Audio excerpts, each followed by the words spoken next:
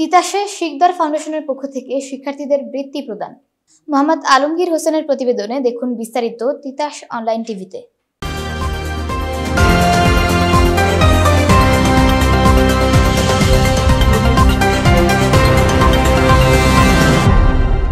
কুমিল্লার তিতাসে শিকদার ফাউন্ডেশনের পক্ষ থেকে শিক্ষার্থীদের বৃত্তি প্রদান করা হচ্ছে। সোমবার 10 ফেব্রুয়ারি সকাল 11টায় জগৎপুর সাধনা উচ্চ বিদ্যালয় মাঠে বার্ষিক ক্রীড়া প্রতিযোগিতা ও পুরস্কার বিতরণী অনুষ্ঠান অনুষ্ঠিত হয়েছে।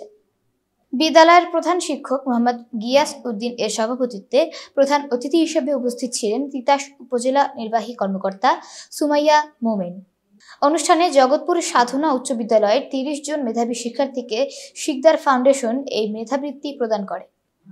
জগৎপুর ইউনিয়ন যুব দলের যুগ্ম আহ্বায়ক ডেন্টিস্ট মোহাম্মদ জসিম উদ্দিনের সার্বিক তত্ত্বাবধানে উচ্চ বৃত্তি প্রদান করেছেন সমাজসেবক মোহাম্মদ তারেক শিকদার।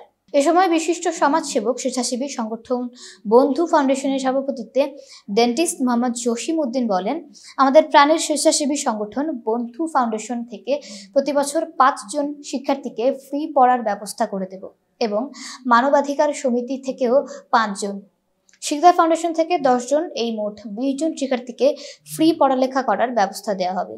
সকলেই আমাদের জন্য দোয়া করবে। এ সময় উপস্থিত ছিলেন জগৎপুর সাধনা উচ্চ বিদ্যালয়ের প্রাক্তন ছাত্র কল্যাণ পরিষদের সাধারণ সম্পাদক অ্যাডভোকেট আলমগীর কবির, যুগ্ম সাধারণ সম্পাদক মোহাম্মদ আমিনুল হক, মোহাম্মদ মহসিন মিয়া ও জগৎপুর ইউনিয়ন যুব দলের আহ্বায়ক তফাজ্জল হোসেন তবিল।